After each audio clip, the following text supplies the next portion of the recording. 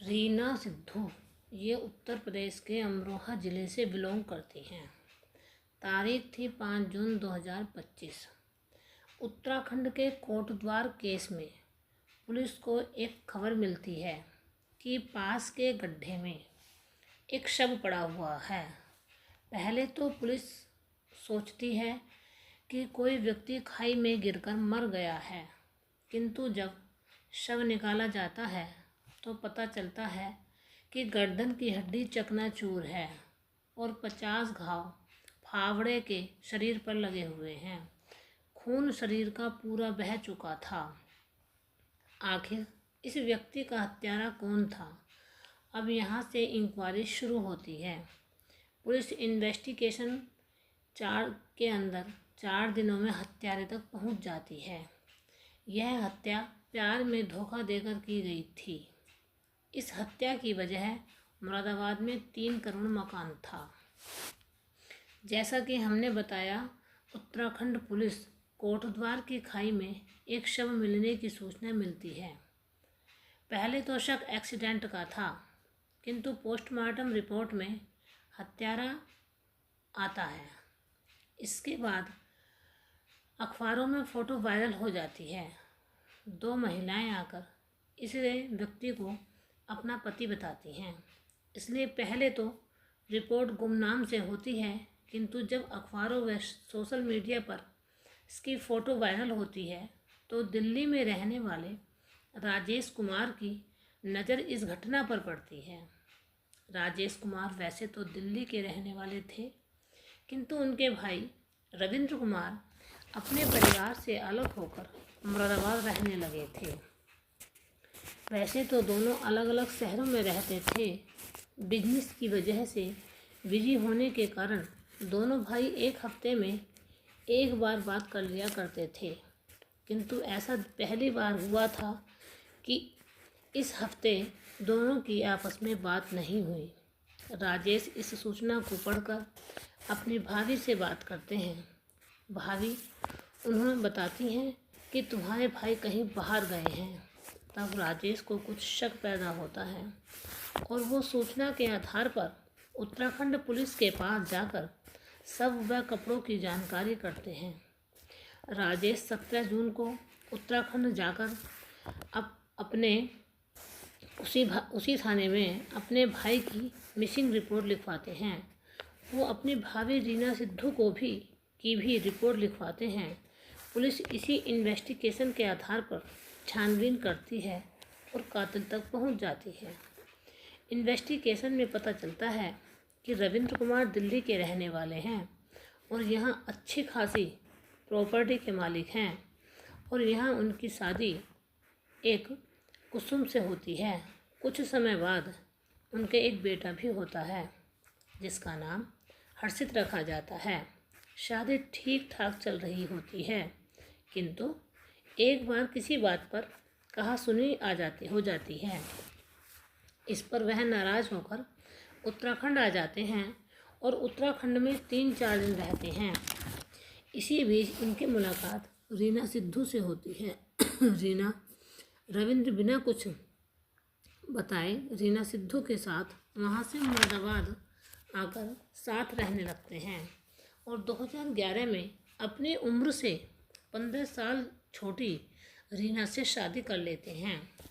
रविंद्र के पास उस वक्त ज़्यादा पैसा नहीं था, किंतु वह दिल्ली की कुछ प्रॉपर्टी बेचकर मुरादाबाद में एक महंगा सा मकान ले लेते हैं। रीना भी अपना बिजनेस चला रही होती हैं और रविंद्र को भी काफ़ी इनकम होने लगती है। अब पुलिस को काफ़ी सबूत मिल गए थे। वो रीना तक पहुंचती है।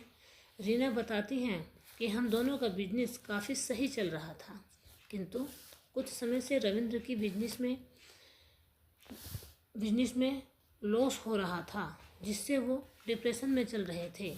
इसी बीच उनका एक 18 लाख का चेक भी बाउंस हो जाता है। इसलिए कोर्ट ने उन्हें 6 महीने की जेल की सज़ा भी सुनाई थी। पुलिस इसकी इन्वेस्टिगेशन करती है तो रीना द्वारा कई बातें सत्य ही निकलती हैं। पुलिस के हाथ में रविंद्र के भाई द्वारा लगाया आरोप अभी रीना पर कुछ सिद्ध नहीं होता। फिलहाल पुलिस रीना को जाने देती है, किंतु उसकी हर एक्टिविटी पर नज़र रखी जाती है। साथ ही रीना के पीछे इतिहास को भी खंगाला जाता है। इसी बीच रविंद्र की गाड़ी नोएडा के एक पार्किंग में लावारिस खड़ी मिलती है। रविंद्र की डेड बॉडी उत्तराखंड में और गाड़ी नोएडा में। कैसे, इस गुत्थी को सुलझाने के लिए पुलिस वाले इस रूट पर पड़ने वाले टोल टैक्स, सीसीटीवी कैमरे को खंगालते हैं, तो उन्हें इस रूट पर रविंद्र की गाड़ी 2 बार आती जाती पाई जाती है।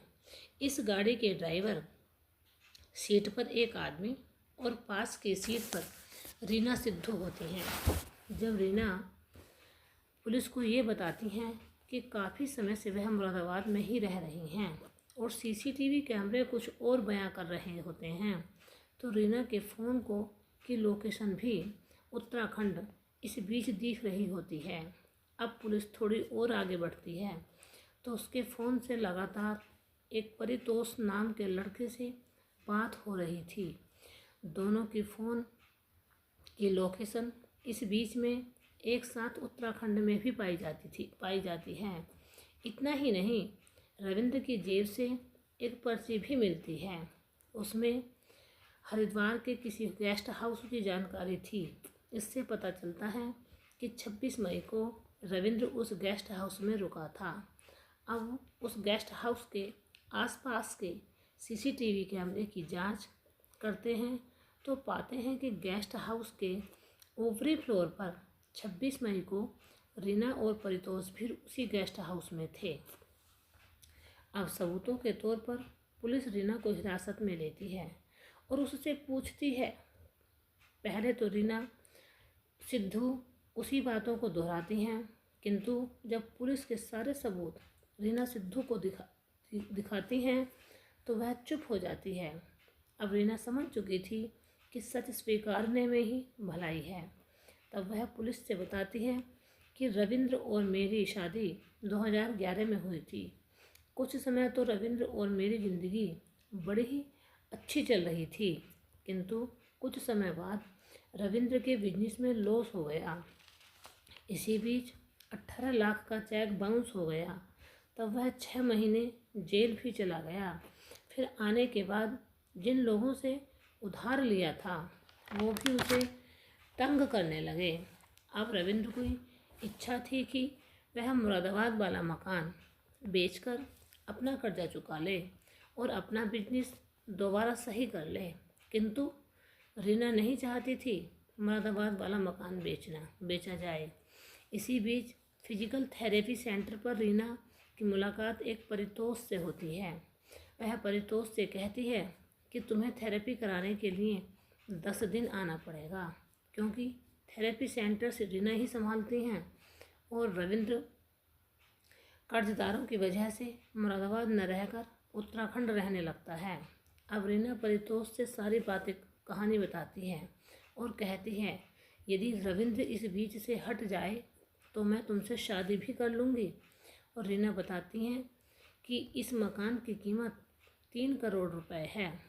रीना इतना ही नहीं, इस कार्य के लिए रीना परितोष को 10 लाख रुपए भी देती है।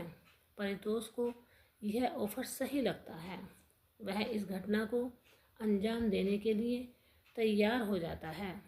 इतना ही नहीं, 26 मई को उत्तराखंड के गेस्ट हाउस में रविंद्र रुका हुआ था, तो रीना भी छिपकर परितोष के साथ उसी गेस्ट हाउस में पहुंच जाती है, किंतु उसी दिन उन्हें मारने का मौका नहीं मिलता है।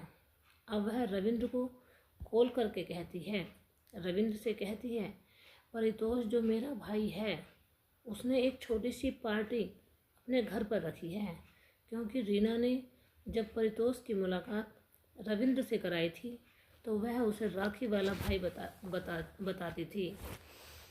वह उस पार्टी में बुला रहा है, यदि इस पार्टी में तुम भी चलो तो अच्छा लगेगा। रविंद्र रीना की बात सुनकर हाँ कर देता है। प्लान के मुताबिक 13 मई 2025 की रात रीना के साथ परितोष के घर चला जाता है। परितोष का घर उत्तर प्रदेश के बिजनौर जिले में नगीना में होता है। घर पर आने के बाद तीनों कुछ खाते हैं और फिर शराब का दौर शुरू होता है। जानबूझकर परितोष रविंद्र को अत्यधिक शराब पिलाता है। अत्यधिक शराब पीने की वजह से रविंद्र बहुत नशे में आ जाता है, होश खो बैठता है। यहाँ से रीना और परितोष का काम शुरू होता है।